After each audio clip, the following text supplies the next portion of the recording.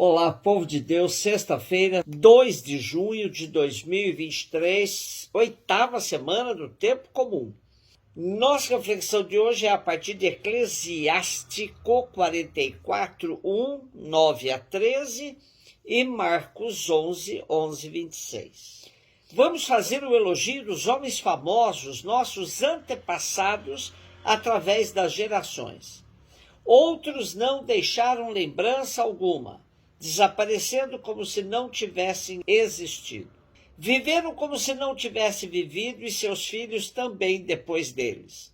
Mas estes, ao contrário, são homens de misericórdia, seus gestos de bondade não serão esquecidos. Eles permanecem com seus descendentes, seus próprios netos são a sua melhor herança. A descendência deles também mantém-se fiel às alianças e graças a eles também os seus filhos. Sua descendência permanece para sempre e sua glória jamais se apagará. A perspectiva de Ben-Sirá é plena. Louva a Deus na criação e também na história a partir dos grandes antepassados. Ao mesmo tempo que reforça a identidade a partir do Deus único de Israel, o faz também a partir dos ilustres do povo. A história como recurso para fortalecer a identidade e pertença ao povo de Deus nos revela a importância de nós também termos senso histórico, pois nos remete às nossas raízes. Povo sem história é povo sem memória, vice-versa. Não é muito da nossa cultura a preocupação com nossa genealogia, mas é tradição de países mais antigos, como os do continente europeu. Em nosso país, devido a tantas misturas de raças, acabamos por não nos apegar tanto a esse dado cultural. É claro que não deixa de nos chamar a atenção que o gênero de lista genealógica do povo de Israel, no geral, só elenca homens. Porém, sabemos que há mulheres ilustres também que fizeram história. As gerações são como as águas de um rio que da nascente avança para o mar, mas é sempre a mesma família, é sempre o mesmo povo. Destas águas fazem parte tantos homens ilustres como mulheres guerreiras, que souberam honrar a história com seus exemplos e testemunhos de fidelidade à aliança feita com Deus. A memória dos antigos virtuosos e virtuosas é uma bênção que passa de geração a geração, conferindo a identidade de um povo. Marcos 11, de 11 a 26. Tendo sido aclamado pela multidão, Jesus entrou no templo em Jerusalém e observou tudo. Mas, como já era tarde, saiu para Betânia com os 12. No dia seguinte, quando saíam de Betânia, Jesus teve fome.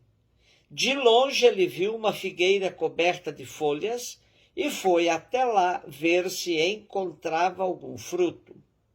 Quando chegou perto, encontrou somente folhas, pois não era tempo de figos.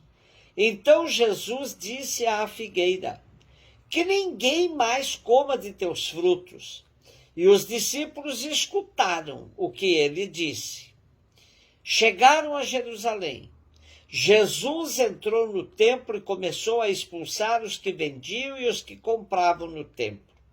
Derrubou a mesa dos cambistas e as cadeiras dos vendedores de pombas. Ele não deixava ninguém carregar nada através do templo e ensinava o povo dizendo: não está escrito, minha casa será chamada casa de oração para todos os povos? No entanto, vós fizestes dela uma toca de ladrões. Os sumos sacerdotes e os mestres da lei ouviram isso e começaram a procurar uma maneira de o matar, Mas tinham medo de Jesus porque a multidão estava maravilhada com o seu ensinamento. Ao entardecer, Jesus e os discípulos saíram da cidade. Na manhã seguinte, quando passavam, Jesus e os discípulos viram que a figueira tinha secado até a raiz. Pedro lembrou-se e disse a Jesus: Olha, mestre, a figueira que amaldiçoaste secou.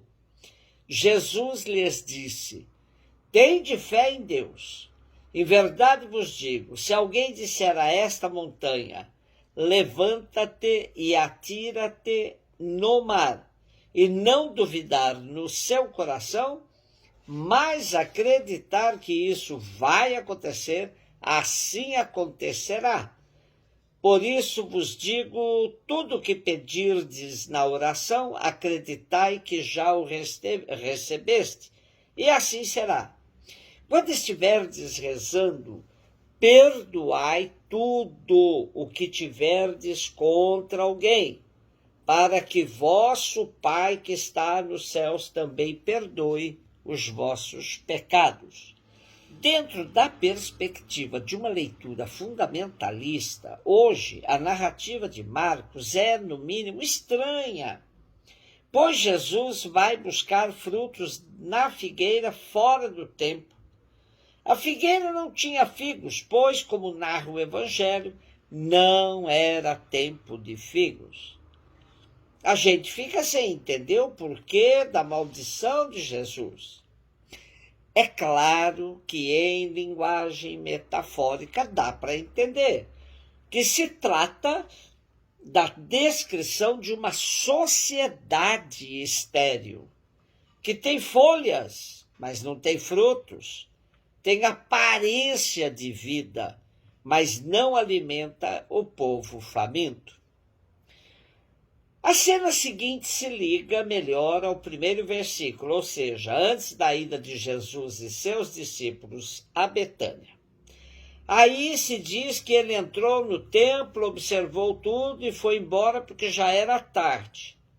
Essa passagem de Jesus pelo templo revela um Jesus totalmente impaciente com os abusos que se praticavam no ambiente que deveria ser preservado do comércio e da exploração.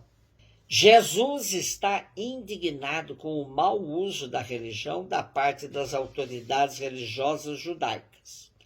De fato, tinham transformado a religião num ambiente onde o principal era o lucro e não mais Deus.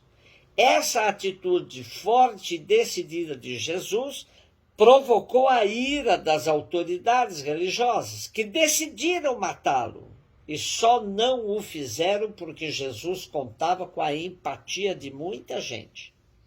Jesus se enquadra na perspectiva dos profetas, que ardiam de zelo pela casa de oração, o templo, e se enojavam com a incoerência dos representantes oficiais da religião.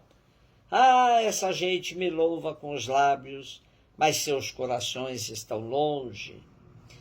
Das três perspectivas da ação de Jesus no texto de hoje, a maldição da figueira, a expulsão dos vendilhões do templo e a exortação para que tenham fé, essa terceira serve para encorajar os discípulos que até então estavam assustados com as atitudes tão ríspidas de Jesus. Jesus apela para que os discípulos tenham fé e exercitem a prática do perdão. Parece incongruente essa atitude de perdão em relação às atitudes impacientes de Jesus, com a figueira e com os vendilhões do templo. Podemos inferir que o perdão não é algo ingênuo e desprovido de atitudes corajosas contra os que se desviam do caminho e com os que se tornam estéreis na missão. Um beijo no seu coração.